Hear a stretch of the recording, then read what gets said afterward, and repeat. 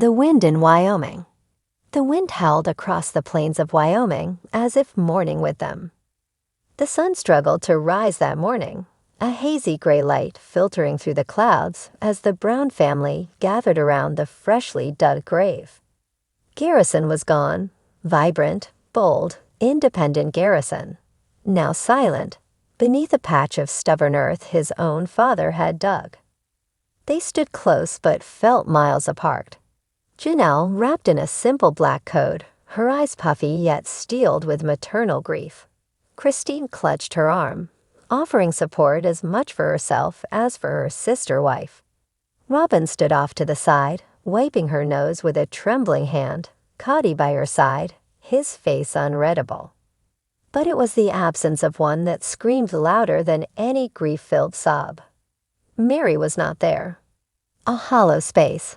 Inside the quiet car parked a few miles away, Robyn Brown sat staring out at the landscape. Her fingers curled tightly around the steering wheel, unmoving. She had driven all the way to Wyoming. She had told no one.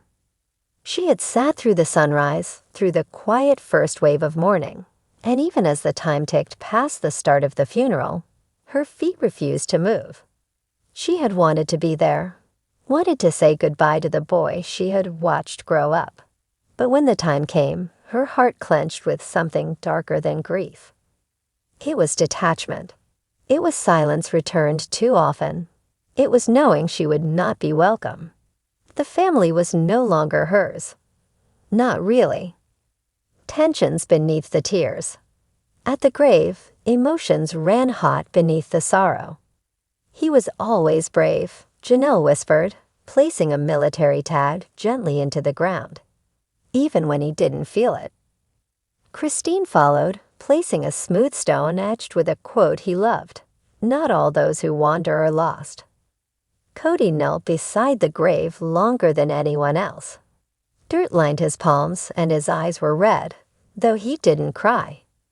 The patriarch who once had control over a sprawling family now looked like a man broken, fumbling to remember the last words he'd said to his son, and whether they were angry. Robyn placed a small leather journal on the coffin. Garrison had never been particularly close to her, but she had tried, she thought, at least in her mind. But the weight of Meri's absence clung to the family like fog. "Where is she?" Janelle asked Christine quietly after the service. Christine hesitated. I think she didn't feel like she belonged. She helped raise him, Janelle said, her voice suddenly sharp, grief sharpening into something else.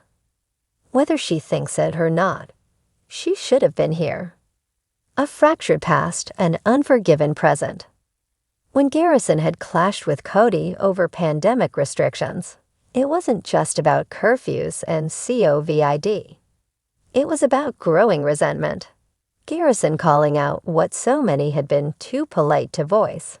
That Kody played favorites, that their family wasn't what it used to be. And Meri, once the strong first wife, had long since drifted to the periphery. After her catfishing scandal and years of emotional distance from Kody, her ties to the family had weakened. Robyn had risen in her place, the favored wife, the confidant. Garrison had noticed, and he'd hated it. The young man had told his mother once, in a rare moment of rawness, "Dad doesn't see anyone but her. It's like none of us exist." Meri had wept that night, not for herself, but for a boy crushed by the weight of being unseen. Whispers in the aftermath. The day after the funeral, social media buzzed. A fan posted, "Meri should have been there. Garrison loved her. Where was she?" Another chimed in, "If she really cared, she would have shown up." But grief is not performative. Grief does not always look like black dresses and graveside tears. Meri finally posted on her Instagram 2 days later. A photo of the sky. Caption, "Gray, there are storms we walk through in silence. Garrison, I hope you knew how proud I was of your strength. I'm grieving, even if you didn't see me. #for Garrison #forever in me heart." Some praised her quiet mourning. Others accused her of making it about herself. But Meri didn't read the comments. She couldn't. Kody's breaking point. Back in the modest family home, Kody exploded. She didn't even show up. He shouted at Christine, who had dared to defend Meri. She's been checked out for years. Don't make excuses. Christine's eyes narrowed. You gave up on her long before she stopped trying, Kody. Robyn, ever the peacekeeper, stepped in. Let's not do this today. Not now. But the wound was open. Garrison's death had pulled the curtain back. Janelle, standing silently nearby, finally spoke. We've all lost someone, Kody. And if you think pain gives you permission to punish people who are grieving differently than you, maybe you didn't just lose a son. Maybe you've lost the rest of us too. Her words fell like stone into silence. Echoes of goodbye. Meri left Wyoming before the sun rose the next day. She didn't speak to anyone. She didn't explain. There were no dramatic confrontations or reconciliations. Just the sound of tires crunching gravel, a woman disappearing into the dawn. And yet, in her solitude, she carried memories no one could take. Garrison's laugh when he beat her at cards, his soft teenage questions about the world. The way he hugged with both arms, never half-hearted. She had grieved him, just not in public. The rift remains weeks past. The family remains shaken, not only from the loss, but from what it revealed. The funeral had not only buried Garrison, it had unearthed truths. That Kody's kingdom had fractured long ago. That grief is not always shared in the same room. That love, when ignored too long, becomes ghostly, still present, yet unreachable. Legacy in the silence. In time, the Brown family would find its own way forward. Janelle would speak out about mental health. Christine would return to Arizona with new resolve. Robyn would hold Kody closer, though even he seemed less certain now of what family truly meant. And Meri, she would remain apart, but never fully gone. She would light a candle for Garrison every March. She would send a donation in his name to a veterans shelter. And every so often, when the Wyoming wind blew just right, she would remember him. Wild, warm, wounded. Christine sat with Janelle in her kitchen 2 weeks later, steaming mugs between them. The tea was untouched. He had dreams, Janelle said, her voice breaking. He wanted to open a mechanic shop. You know, not just work for someone, his own place. Build something. Christine reached over, squeezing her hand. He was going to. If he had felt seen, supported. The sentence trailed off, too painful to finish. Then Christine looked up. Have you talked to Meri? Janelle shook her head. She texted me the morning of the funeral. Said she couldn't do it. Said it would cause more problems than peace. She's probably right, Christine said quietly. But still, she loved him. She did. There was a pause, filled with both judgment and understanding. It was complicated, like everything in this family. Meri's journal. In her small Utah home, Meri opened her leather-bound journal. The cover was worn, the pages scribbled with years of pain, triumph, and trying. She began to write. March 15th, 2 weeks since we buried Garrison. I didn't stand with them at his grave, but I remember holding him when he was 3 and afraid of the dark.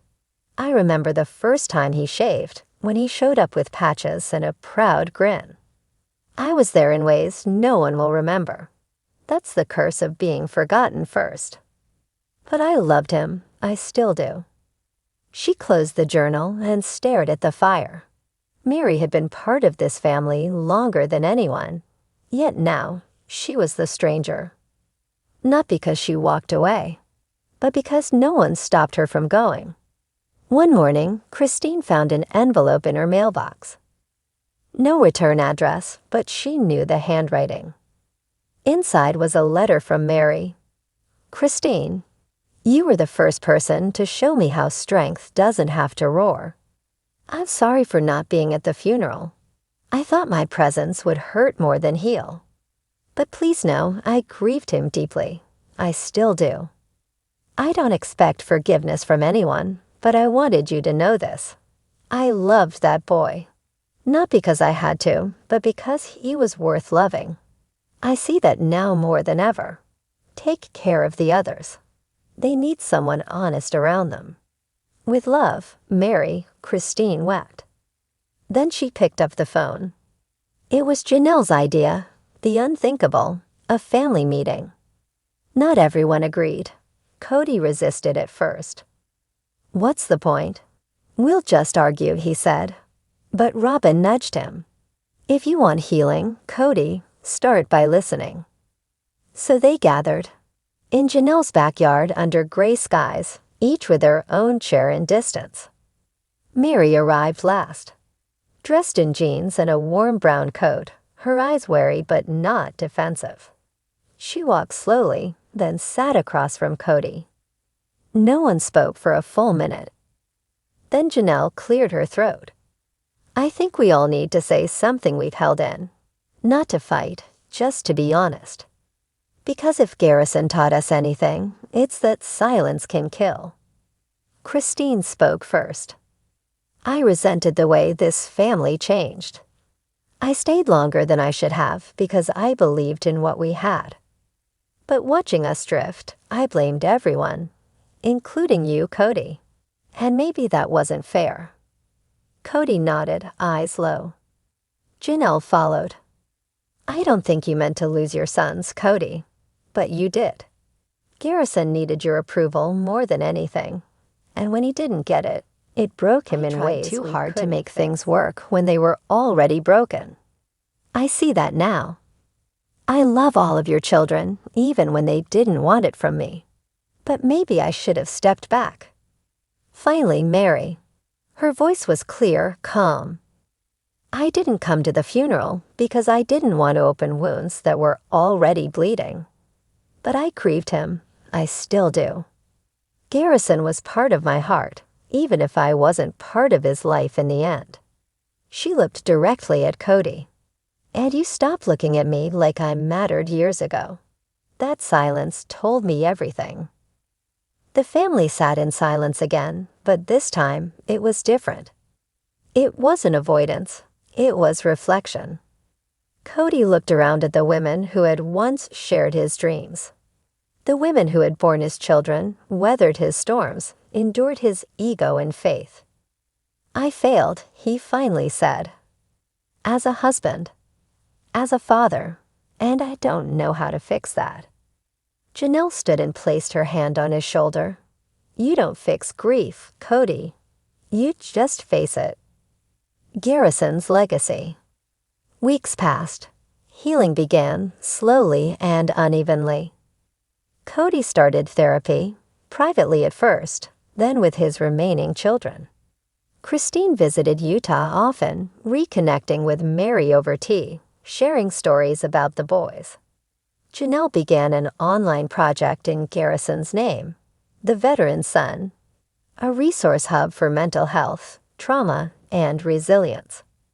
Meri spoke at a grief seminar for polygamous families, her voice steady as she told her story, the pieces of herself she lost, and the parts she was still rediscovering. Final scene, a candle for Garrison.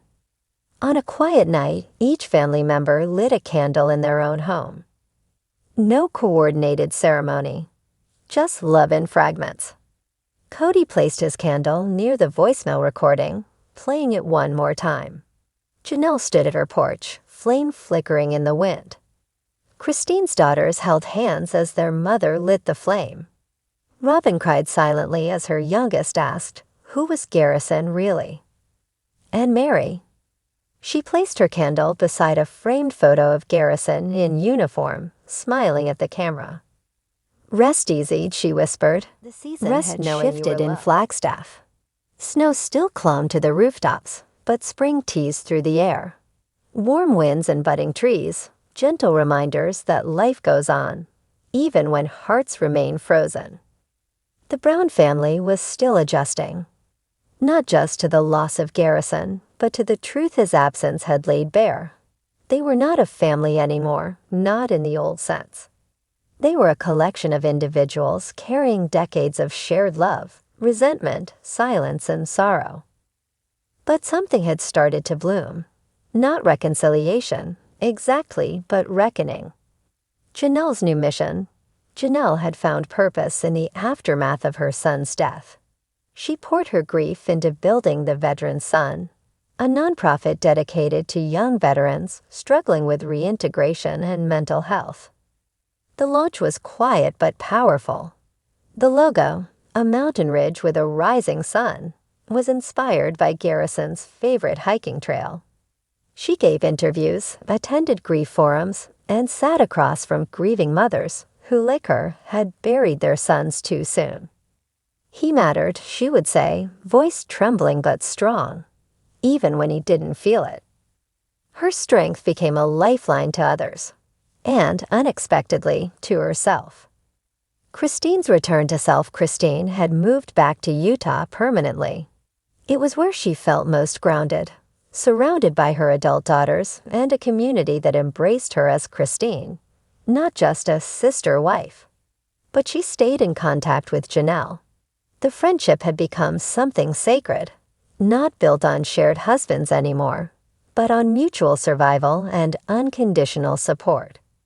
They met every month at a small cabin near Canab, just the two of them. They drank coffee, laughed, cried, and once even toasted to Meri's Instagram post about healing. Stranger things have happened, Janelle had joked. Christine had smiled. We're proof of that. Robyn's reckoning. Robyn had gone quiet on social media. Once the most offended and despised wife of the plural family, she now kept to herself. No cameras, no statements, just motherhood and mourning. Privately, she struggled. She kept replaying Garrison's complaints about favoritism, about his father's distance, and by association, hers. She had dismissed them at the time as teenage angst. But now they echoed. She began writing letters to the Brown children, not to defend herself, but to apologize. I didn't know I was hurting you, one read. And I'm sorry I didn't see it sooner. Some never replied, but Gabriel did. Kody. A father's fall, Kody had changed. Not all at once, not in any grand, redeeming way. But the man who once ruled his plural household with patriarchal certainty now looked in the mirror with new eyes. He started therapy. At first reluctantly, then weekly, then privately, even from Robyn. He walked more, spoke less. For once, he asked his children questions and let them answer without interruption.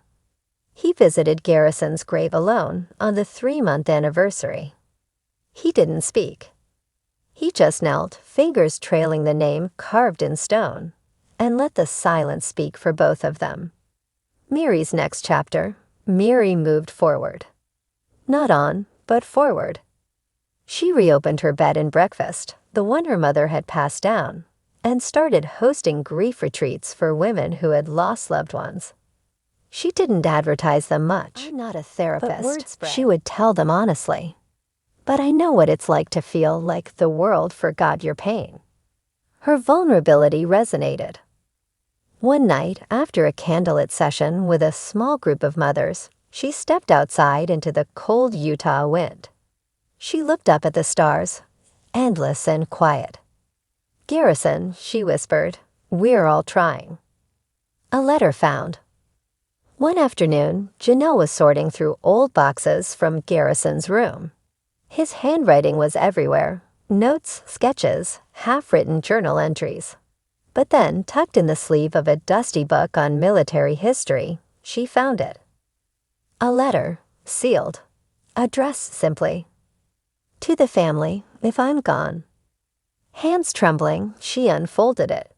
The ink was neat, the words direct. I don't know if this letter will ever be read.